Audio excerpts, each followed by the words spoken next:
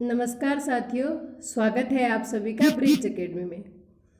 आपने अभी तक इस चैनल को सब्सक्राइब नहीं किया है तो प्लीज़ आप इस लाल कलर के बटन को सब्सक्राइब कीजिए एंड पास में जो बेल आइकन का निशान है आप उस पर भी क्लिक कीजिए और ऑल पर क्लिक कर दीजिए ताकि हमारी जितनी भी नई वीडियो आती है उनकी नोटिफिकेशन आपको तुरंत मिल सके। हमारी वीडियो अगर आपको हेल्पफुल लगती है, अच्छी लगती है तो आप उसे शेयर करें, लाइक करें और कमेंट करना बिल्कुल भी न भूलें। टेलीग्राम चैनल भी है, अगर आपने वो अभी तक ज्वाइन नहीं किया है तो प्लीज़ आप उसे भी ज्वाइन कीजिए ताकि हमारे जो नोट्स है वो आपको टेलीग्राम चैनल पर मिल सके। उसका जो लिंक है वो डिस्क्रिप्शन बॉक्स में दिया हुआ है, आप वहाँ से उसे ज्वाइन कर सकते हैं। तो चलिए हम स्टार्ट करते हैं 26 मई का करंट अफेयर। साथियों, पहला ही क्वेश्चन है कि हाल ही में किस देश ने अपनी सीनेट में स्टॉक एक्सचेंज से चीनी फर्मों को डिलिस्ट करने का बिल पारित किया है।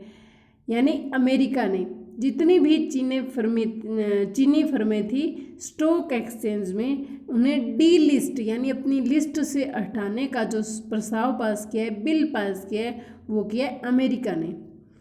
अगला क्वेश्चन है, हाल ही में किस राज्य सरकार ने बुखार क्लिनिक की शुरुआत की है? तो यह की है मध्य प्रदेश सरकार ने।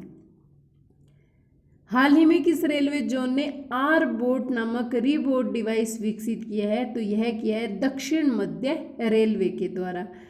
अगला क्वेश्चन है कि हाल ही में आरबीआई ने किस बैंक को 15,000 करोड़ रुपए का ऋण देने की घोषणा की है? तो यह की एक्सिम बैंक ने। एक्सिम बैंक की फुल फॉर्म होती है एक्सपोर्ट इम्पोर्ट बैंक।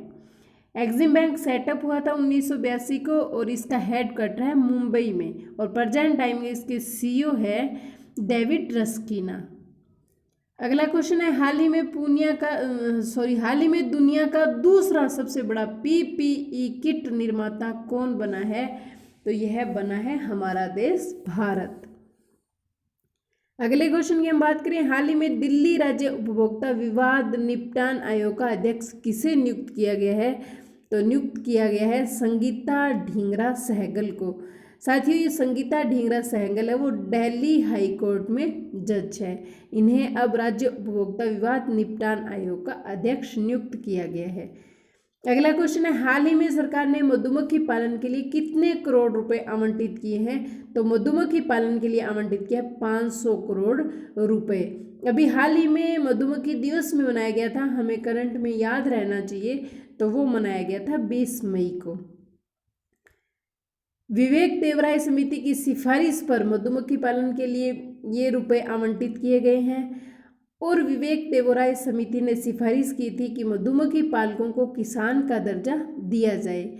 मधुमक्खी जो पालन है वो मिट्टी क्रांति व आत्मनिर्भर भारत के तहत चलाया जा रहा है और मधुमक्खी पालन करने में विश्व के 5 बड़े उत्पादकों में शामिल है भारत देश। अगले क्वेश्चन की बात करें, हाल ही में किस राज्य सरकार ने सभी खेल परिसरों और स्टेडियमों को खोलने की अनुमति दे दी है? तो वो दे दी है हरियाणा सरकार ने। हाल ही में भारत सरकार का उमंग ऐप सुर्खियों में है, यह क्या है? तो यह उमंग ऐप है। इसमें क्या है दोस्तों, मौसम, अभी जो चर्चा की बात करें तो चर्चा में इसलिए है कि मौसम विभाग की सूचनाएं उमंग से जोड़ दी जाएगी। अब चर्चा में इसलिए मौसम विभाग की सूचनाएं जोड़ दी जाएगी तो हम अनुमान लगाएंगे कि यह मौसम विभाग का ऐप होगा, लेकिन हमें ध्यान रहना है कि उमंग ऐप है जो भारत मौसम विभाग का ऐप न होकर यह ऑल इन वन ऐप है। उमंग है वो क्या है? ऑल इन वन ऐप है। उमंग की फुल फॉर्म अगर देखी जाए तो unified mobile app for news governance, यानी न्यू एस गवर्नेंस 2017 के अंदर उमंग है जो लॉन्च किया गया था। 127 विभाग इसके तहत काम कर रहे हैं और इसके अंदर 660 योजनाएं कार्यरत है। चर्चा में हमने बात कर ली है कि मौसम विभाग की जितनी भी सूचनाएं हैं वो इस उमंग के जरिए यानी इस ऐप के जरिए दी जाएगी, इसलिए हमें ध्यान रखना है कि यह मौसम विभाग का ऐप न होकर ऑल इन वन ऐप है। मोस्ट इम्पोर्टेंट क्वेश्चन है। अगले क्वेश्चन की हम बात करें, हाल ही में किस देश ने ओआईसी में भारत पर पाकिस्तान द्वारा लगाए गए इस्लामोफोबिया के आरोपों को खारिज किया है? तो सबसे पहले हम बात करते हैं ओआईसी की। ओआईसी की फुल फॉर्म है organisation of Islamic corporation. Setup हुआ था 1971 के अंदर। ओआईसी की हेडक्वार्टर की बात करें तो सऊदी अरब है और इसके सदस्य देश है 57 सदस्य देश। अब हम क्वेश्चन के उत्तर की बात करते हैं कि कौन सा देश है जिसने ओआईसी में भारत पर पाकिस्तान द्वारा लगाए गए इस्लामोफोबिया के आरोपों को खारिज किया, तो वह देश है मालदीव। अगला क्वेश्चन है, हाल ही में सितंबर में हुनर हाट के आयोजन की घोषणा हुई है, यह आयोजन कौन करवाता है? तो अल्पसंख्यक मंत्रालय द्वारा यह आयोजन करवाया जाता है। वर्तमान में अल्पसंख्यक मंत्री है मुख्तार नकवी। और उस्ताद योजना 2014 जो केंद्र सरकार की एक योजना थी उसके तहत यह आयोजन करवाया जाता है। और इस उस्ताद योजना का जो मुख्य लक्ष्य है वो यह है कि अल्पसंख्यक कारीगरी को बढ़ावा देना। अब चलते हैं अगले क्वेश्चन पर। हाल ही में किस संस्थान ने आभास जहां को दक्षिण एशिया में जलवायु परिवर्तन तथा आपदा प्रबंधन प्रैक्टिस मैनेजर के पद पर नियुक्त किया है? तो इन्हें नियुक्त किया गया विश्व बैंक ने, यानी विश्व बैंक ने आभास झा को दक्षिण एशिया में जलवायु परिवर्तन और आपदा प्रबंधन प्रैक्टिस मैनेजर के पद पर नियुक्त किया है। अगला क्वेश्चन है, हाल ही में IMCR के अध्ययन ने किसे कोरोना से लड़ने में HIV दवाओं से भी अधिक कारगर बताया है? तो वो बताया है कांगड़ा चाय को। अगला क्वेश्चन है, हाल ही में CENS ने ट्रिबो इलेक्ट्रिक प्रकृति के स्निंग फिट मास्क विकसित किए हैं। ट्रिबो इलेक्ट्रिक प्रकृति क्या है? तो CENS की फुल फॉर्म पहले हम देख लेते हैं, centre for non and soft matter sciences. अब बात करते हैं ट्रिबो इलेक्ट्रिक प्रकृति क्या है? तो ये घर्षण से उत्पन्न इलेक्ट्रिक चार्ज है। अगला क्वेश्चन है, हाल ही में देश में ईद उल फितर त्यौहार मनाया गया है, यह इस्लामिक कैलेंडर के किस माह की प्रथम तारीख को मनाया जाता है? तो यह शवाल माह की प्रथम तारीख को मनाया जाता है। तो दोस्तों ये हमारा था 26 मई का करंट अफेयर। आपको कैसा लगा ये आप हमें कमेंट करके बताएं। एंड कल हमसे एक क्वेश्चन पूछा था कि तत्पर कार्यक्रम कहाँ स्टार्ट किया गया है? तो वो स्टार्ट किया गया था झारखंड के रांची में। सही उत्तर देने वाले 3 व्यक्ति थे, रवीना सूरतगढ़, मधुसूदन बिश्नोई और उत्तम सिंह रामगढ़िया। आपको बहुत बहुत बधाई हो।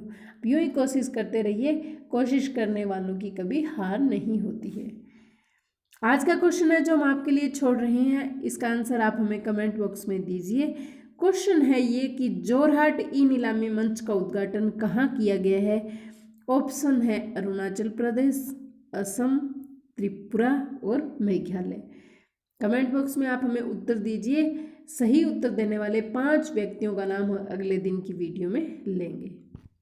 तो आइए चलिए हम स्टेट करते हैं। आज का स्टेट हम करेंगे उत्तर प्रदेश।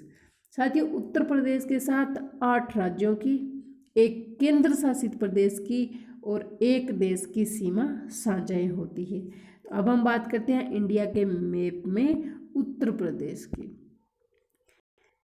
यहाँ है इंडिया के अंदर उत्तर प्रदेश। उत्तर प्रदेश के साथ सीमा लगती है उत्तरांचल की, हरियाणा की, राजस्थान, मध्य प्रदेश, छत्तीसगढ़, झारखंड और बिहार।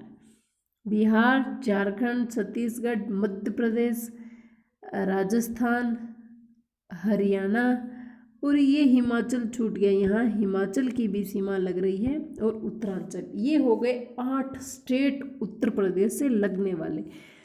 अब दोस्तों हम देख लेते हैं कि ये केंद्र शासित प्रदेश है वो भी उत्तर प्रदेश से लगता है। ये उत्तर प्रदेश है और यहाँ ये केंद्र शासित प्रदेश दिल्ली है जो उत्तर प्रदेश के साथ लगता है।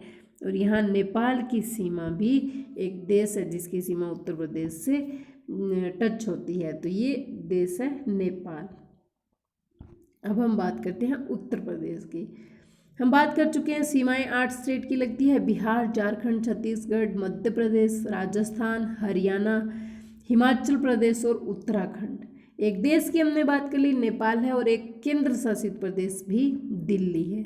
अब हम बात करते हैं उत्तर प्रदेश की राजधानी की। राजधानी है लखनऊ और लखनऊ गोमती नदी के किनारे स्थित है। सीएम की अगर बात करें तो योगी आदित्यनाथ है। पहले सीएम थे गोविंद बल्लभ पंत।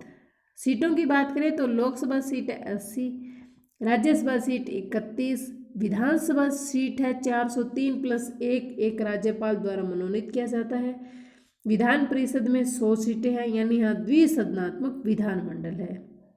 जिलों की अगर बात करें तो 75 है। थोड़े ही दिन पहले न्यूज़पेपर में या न्यूज़ में आपने देखा होगा कि उत्तर प्रदेश के 75 जिलों में फैला कोरोना, यानी कि पूरे उत्तर प्रदेश के अंदर कोरोना फैल चुका है।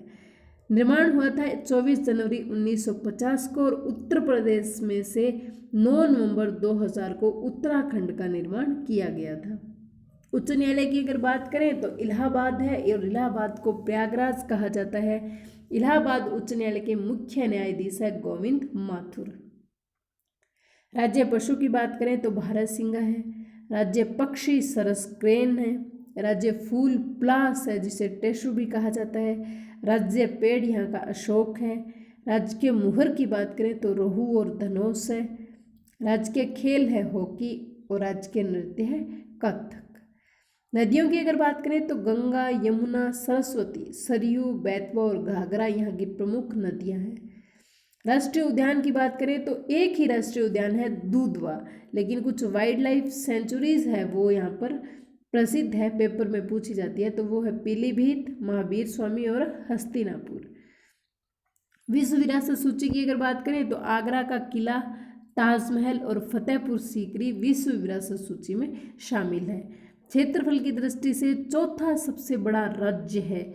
इसका एक कोड है RMMU, यानी सबसे बड़ा क्षेत्रफल में राजस्थान है।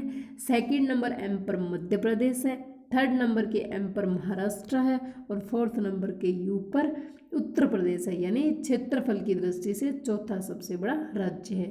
जनसंख्या 19.98 करोड़ है यहाँ की। भाषा की अगर बात करें तो हिंदी, उर्दू और भोजपुरी बोली जाती है। प्रमुख लोकगीत विरहा है। भारतीय गन्ना अनुसंधान संस्थान का जो केंद्र है वह लखनऊ, और लखनऊ है उत्तर प्रदेश की राजधानी जो गोमती नदी के किनारे स्थित है। जीआई टैग प्राप्त वस्तुओं की बात करें तो पूरे उत्तर प्रदेश में 27 वस्तुएं जीआई टैग प्राप्त है, जिनमें से पहली वस्तु है इलाहाबादी सुर्ख अमरूद। 2007-8 में सबसे पहले उत्तर प्रदेश में इसे जीआई टैग मिला था। मलिहाबादी दशहरी आम, बनारसी साड़ी, फिरोजीबादी शीशा, मेरठ की कैंची और सबसे लास्ट में 2018-19 में चुनार के बलुए पत्थर को जीआई टैग दिया गया है। जीआई टैग स्टार्ट किया गया था 2004 के अंदर और सबसे पहला जो भारतीय उत्पाद था जीआई टैग प्राप्त करने वाला वो था दार्जिलिंग टी, यानी दार्जिलिंग की चाय। अब हम बात करते हैं कि उत्तर प्रदेश के अंदर सर्वाधिक लोकसभा सीट है तो वो कितनी है 80। सेकंड नंबर पर महाराष्ट्र में है 48 और थर्ड नंबर पर पश्चिम बंगाल में है 42। अभी एक इम्पोर्टेंट क्वेश्चन अभी हाल ही का है वो हम देख लेते हैं कि हाल ही में एक चिकित्सा सेतु ऐप की शुरुआत की गई है, वो की गई है उत्तर प्रदेश में और कोरोना वॉरियर्स के प्रशिक्षण हेतु ये स्टार्ट किया गया है और इस ऐप को हिंदी में स्टार्ट किया गया है। तो दोस्तों ये था हमारा आज का उत्तर प्रदेश, आज का करंट अफेयर। आप इसे सुने एंड बार बार सुने, क्योंकि बार बार सुनी हुई चीज़ों को हम कभी नहीं भूलते हैं। धन्यवाद।